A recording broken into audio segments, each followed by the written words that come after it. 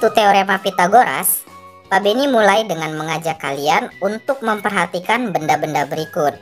Mungkin kalian cukup sering melihat benda seperti atap rumah, lapangan bola, pemandangan perbukitan, piramida di Mesir, atau mungkin jembatan gantung seperti ini. Kalau kita perhatikan lebih teliti, kesemua benda tersebut mengandung suatu bidang geometri yang cukup familiar kan? Yap, segitiga siku-siku. Nah, ketika kita berbicara tentang segitiga siku-siku, ada suatu rumusan yang bekerja khusus pada benda yang bentuknya segitiga siku-siku. Namanya adalah teorema Pitagoras. Teorema Pitagoras ini nantinya akan sangat berguna dalam perkembangan ilmu arsitektur, navigasi, survei topografi, dan lain sebagainya. So, kayak gimana penggunaan teorema Pitagoras? Yuk kita lanjutkan pembahasannya. Pada suatu segitiga siku-siku dengan panjang seperti di gambar ini ya, yang ini sisi A, yang ini sisi B, dan yang ini sisi C. Maka berlaku rumus C kuadrat sama dengan A kuadrat ditambah B kuadrat. Nah, rumus inilah yang dimaksud dengan teorema Pitagoras. Intinya, kita bisa menentukan panjang salah satu sisi pada segitiga siku-siku tanpa harus mengukurnya secara langsung. Yang penting kedua sisi lainnya sudah diketahui. Di sini keterangannya, sisi C adalah sisi yang berseberangan dengan sudut siku-sikunya. Kelihatan kan ya? Sudut siku-sikunya kan di sini. Sisi C kan yang di seberangnya. Nah, kalau kayak gitu, maka sisi C ini dipastikan adalah sisi terpanjang pada suatu segitiga siku-siku itu.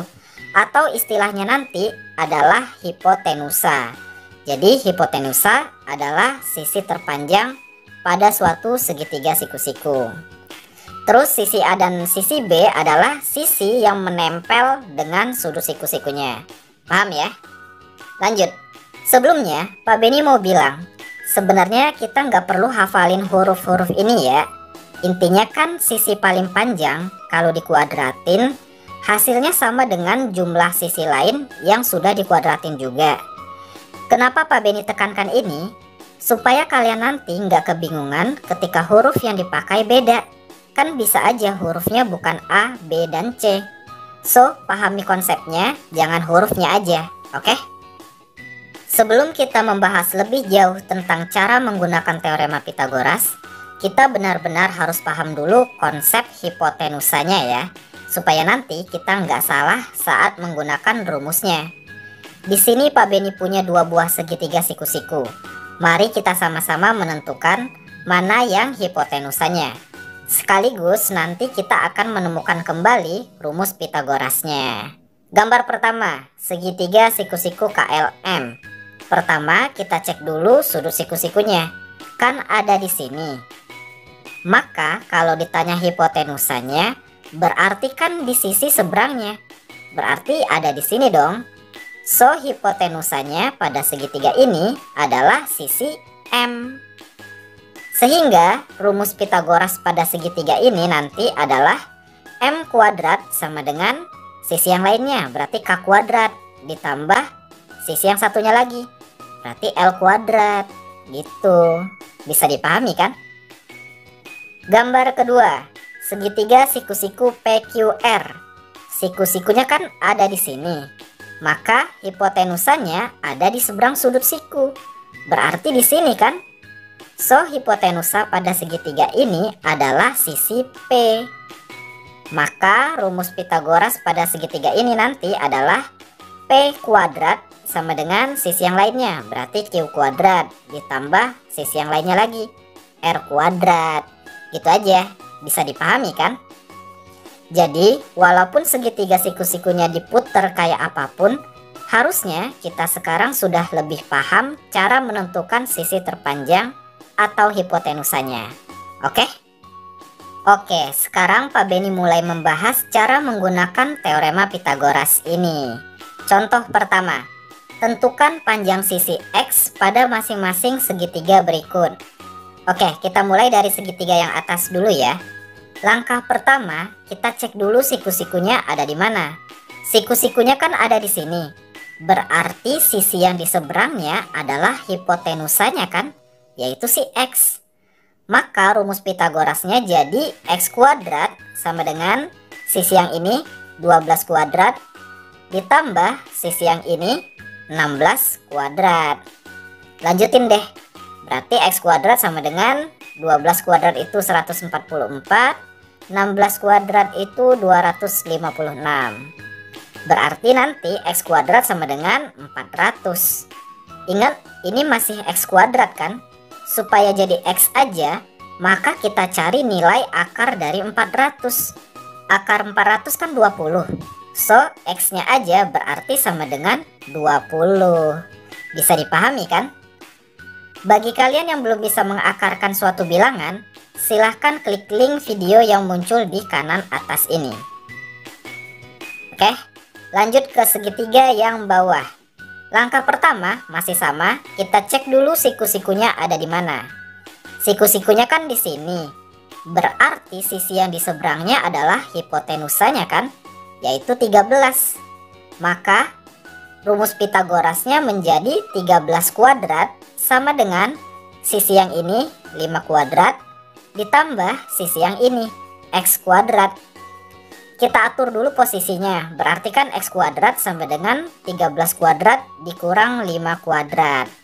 Lanjutin deh, 13 kuadrat itu 169, 5 kuadrat itu kan 25. Berarti nilai X kuadrat sama dengan 144. Sehingga X sama dengan akar dari 144, yaitu 12 kan? Ya udah, X sama dengan 12. Bisa dipahami kan?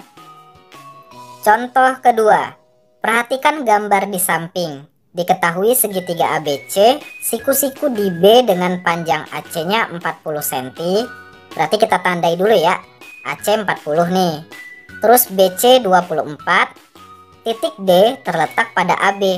Sedemikian sehingga CD-nya itu 25 cm. Kita tandai nih, berarti CD 25. Nah, yang ditanya adalah panjang AD-nya itu berapa sentimeter nanti. Oke, coba kita teliti dulu ya. Yang ditanyakan AD. AD ini kan sama aja dengan panjang si AB kita kurangin sama panjang BD kan. Berarti kita perlu tahu dulu panjang AB dan BD-nya berapa. Caranya gimana?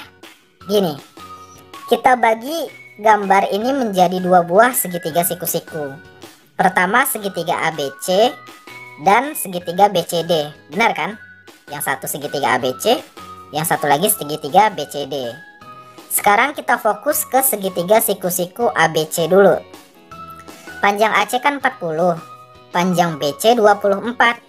Siku-sikunya kan di B. Maka sisi di seberangnya yaitu kan yang 40 ini dong, ya kan? Berarti ini merupakan hipotenusanya.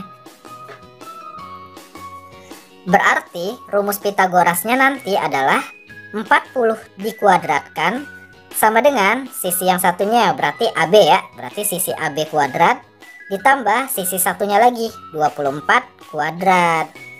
Kita atur posisinya menjadi AB kuadrat sama dengan 40 kuadrat dikurang 24 kuadrat.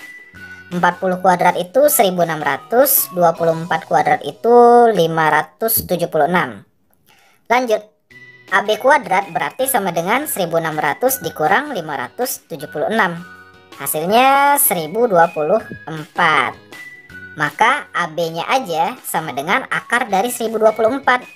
Sama dengan 32. Oke ya, jadi dapat AB-nya. Sekarang kita fokus ke segitiga siku-siku BCD.